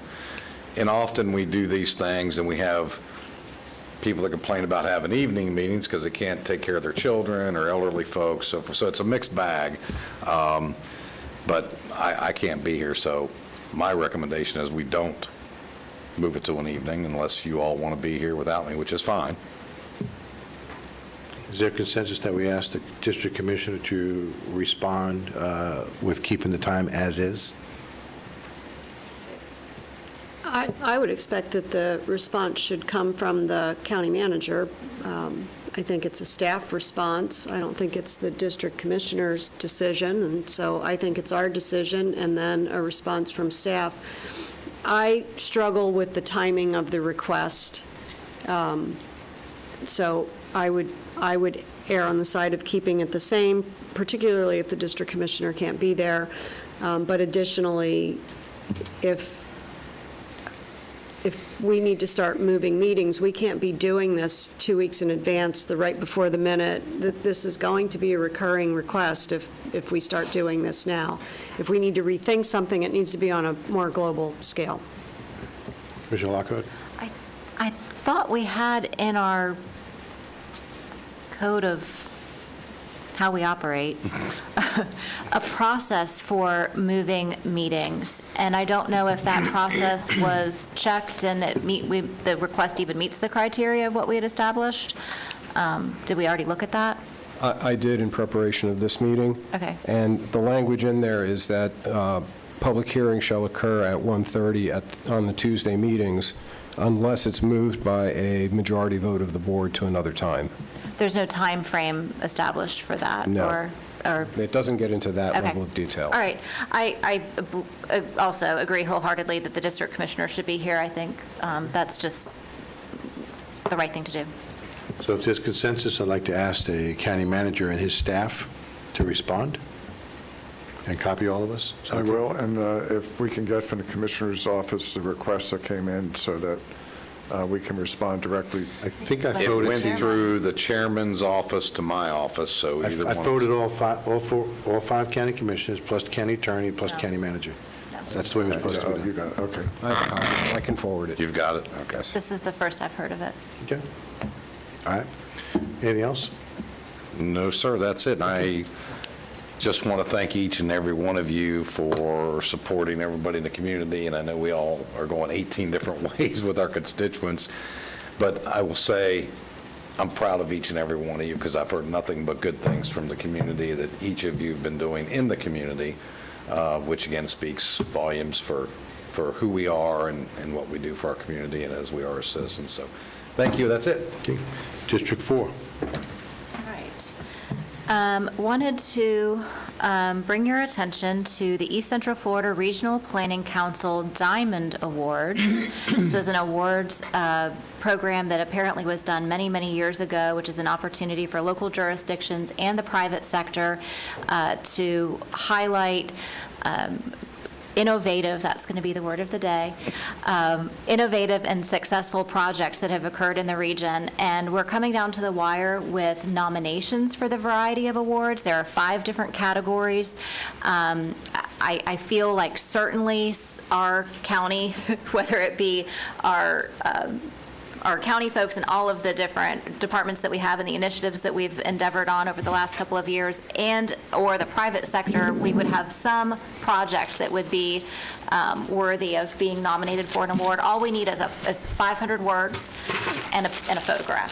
So if I could ask the county manager with consensus from the board to find at least one project that we could apply for. The award ceremony is actually going to be held in Seminole County at the Lake Mary Event Center, so everyone from around the region will be here in Seminole County, and it would just be really a shame for us to not even have, not even be nominated for an award. Commissioner, is that a project we've done, like a public project, like infrastructure project? It can be. It could be a person, it could be a place, it could be a project, it could be something private sector, it could be public sector, it could be a company.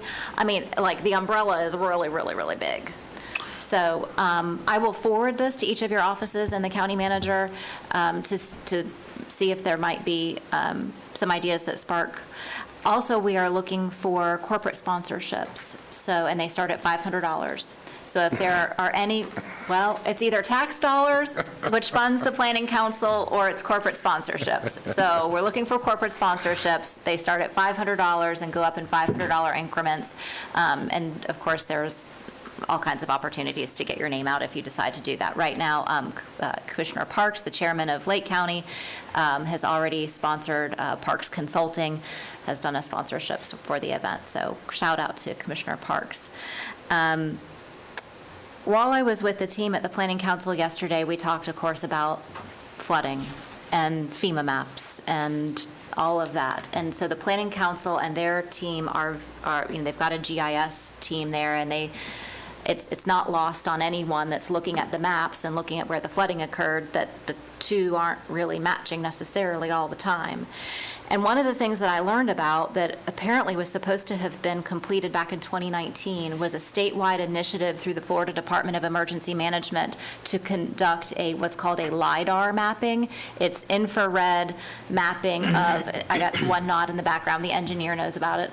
I had never heard of that before, but for some reason it was delayed from 2019. Of course, COVID came in 2020, so the Department of Emergency Management was severely distracted. If we could maybe reach out to our friends at DEM or even our lobbying team and find out when that is going to be completed, we can't submit mapping changes until they're to FEMA until this process occurs. So local governments could endeavor on their own to do their own LIDAR mapping, but that would be an additional cost. And of course, if the state has already funded it and they're planning to do it, let's let them do it if they're going to do it. So if there's consensus to direct the staff to follow up on LIDAR maps and Florida Department of Emergency Management, that'd be great. is there? Yeah, Okay. Absolutely. The reason I'm doing that is because I found when I go back and I read minutes and staff says we don't think that there was direction or we're unclear on the direction, it's because I think we do head nodding and there is no answer. And then when we go back and read the wonderful minutes that the clerk's office does, there's no, direction. I'm fine if you want to put a date to it, if you want to respond back. Just for clarification, they've been doing LiDAR in the area for quite some time. They may not have completed the county, but there's some sections that have been done. Okay. According to the Planning Council, until it's completed, the entire county is completed, it can't go. But I appreciate knowing that at least it's been started, because I was told that they started in the coastal areas for sea level rise. The other thing I want to let you all know that I'm attending is the Outside Sustainable Landscapes Initiative that's down at Lake Nona Thursday and Friday. And I'm going to read to you what the seminar is about, because I think it's going to be really interesting, and I'm looking forward to coming back and reporting on it. We're going to explore how industry and regulatory structures around the land development process shape decision-making and outcomes for landscape.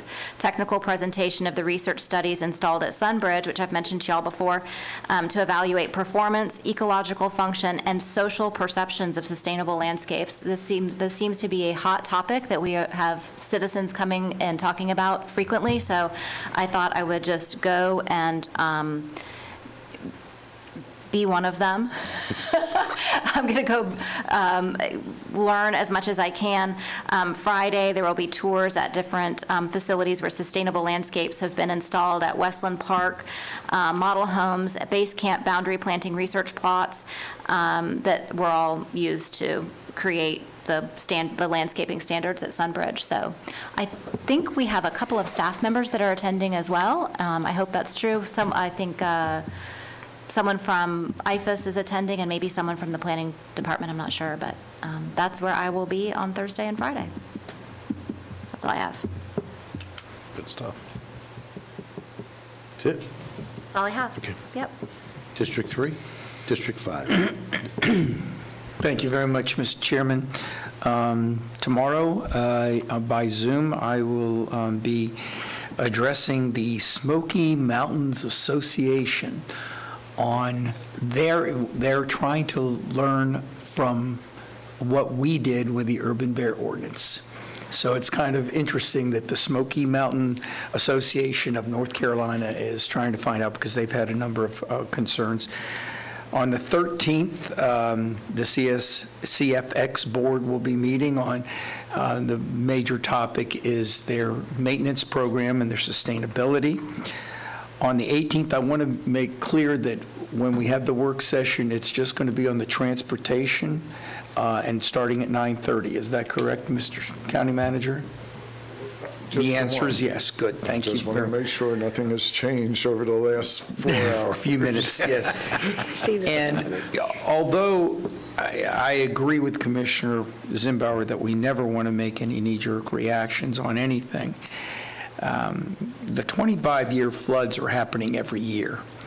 And quite frankly, if there's things that we can do in our land development code and flooding that can improve the mishaps, mitigate some of the disastrous events that have occurred, we should try, and we should look at it very seriously. And that's all I have. Thank you. District 5? Good news to report with regard to the hurricane, which shouldn't be in the same sentence, but the Sanford Port Authority, as a result of all the infrastructure improvements made over the years, were able to maintain 100% open status, and all of the businesses that occupy their facilities maintained business as usual once the storm passed, which, given its proximity to the river, is pretty amazing. Immediately following the storm, once the travel restrictions were lifted, I did visit Lincoln Heights, Midway, Bookertown, Sanford Farms, Goldsboro, downtown Sanford, and have done several tours after, so I have a circuit that I do. And I do want to just let everyone know that I have engaged with John Dredge around Lincoln Heights, and we're going to create a conversation about what's happening there. That is absolutely, that flood was related to infrastructure. It was not related to proximity to a body of water. And so, to the point of no knee-jerk reactions, and we need to pay attention to what we're doing, this falls right into that category. There are several citizens out there that I'm engaged with. I did attend the FEMA event, which was hosted at the Midway Safe Harbor Building. That day, there were about 100 people served. It was exceptionally well-organized, and the team did a really good job. I never thought I'd be saying this, but I was taken on a tour in an airboat down streets in Sanford. And for those of you that are laughing, given my image, I did wear rubber boots and the appropriate clothing. So I hear you laughing at me. I can feel you laughing at me. With you. But I'm good with it, just so you know. It was fun, right? So, So Sad, it was horrible. It's just horrible what people are living through. Oh, But yeah. the resilience is amazing. The folks that came out to the doors were amazingly cheerful. There was a couple that popped out of the front door. Now, they did pop out of two different doors in the home. We did notice that. But they've been, I mean, they literally step out of their front door and into water, but the house is not flooded. And they're stranded in there. They're canoeing back and forth. It's amazing that they've decided to stay. But just shouts of cheers to the staff, to the folks that have been serving them, particularly the sheriff's department, the sheriff's officers, and the fire department. So it really was amazing. So I'll give a shout out to Alan Harris and Sergeant Hawkins, but most importantly to Jack Rayburn, who I just don't understand how you can so precisely steer an airboat. I'm going to be amazed about that trip for a very long time.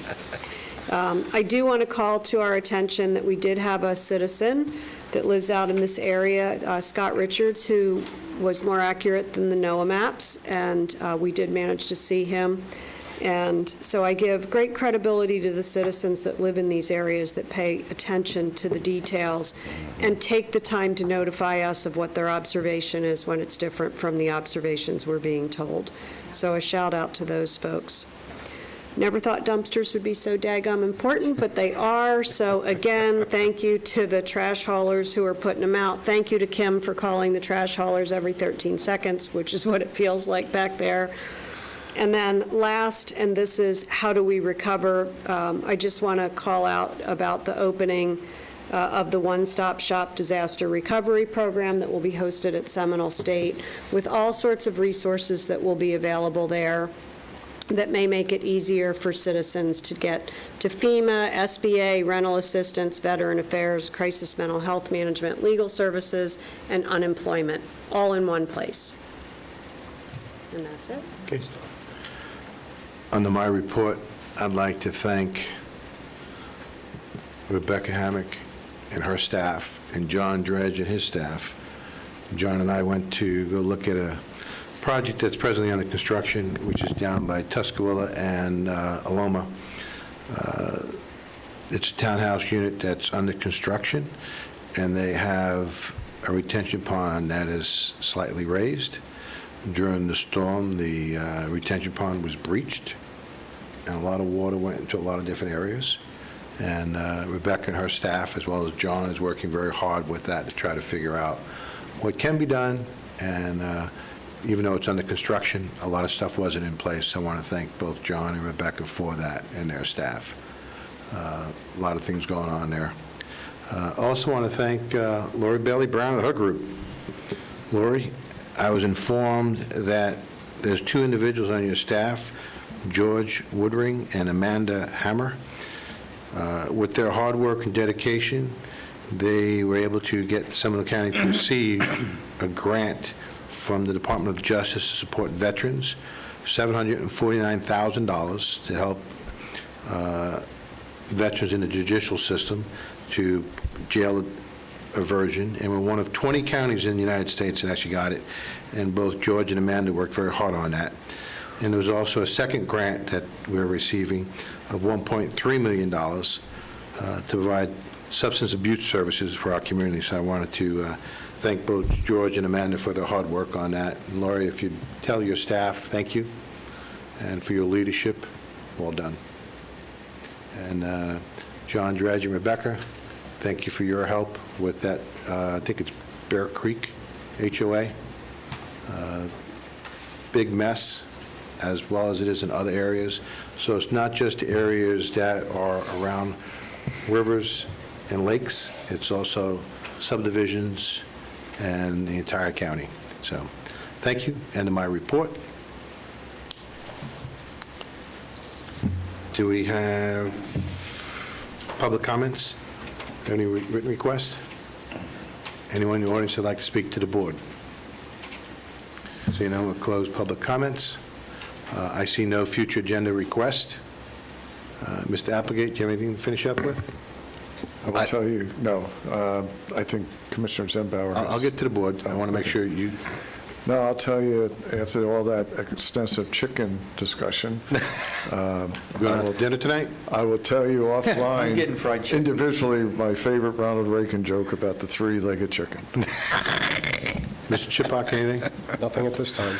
Board members? Commissioner Zembauer? The only thing I'd be remiss in saying, and this has come up, and some of you may have heard it, it was actually said in a public setting, that Winter Springs observation that somehow Seminole County or St. John's opened up some kind of levee flooding my district in Winter Springs. My investigation determined that is absolutely not true, inaccurate, didn't happen. So just so the public is aware, Seminole County nor St. John's Water Management opened up any dam, any levee, any pipe, or valves, anything that dumped water specifically in the city of Winter Springs, just for clarity. So thank you all very much for that. Seeing no other comments or suggestions, this meeting is now adjourned.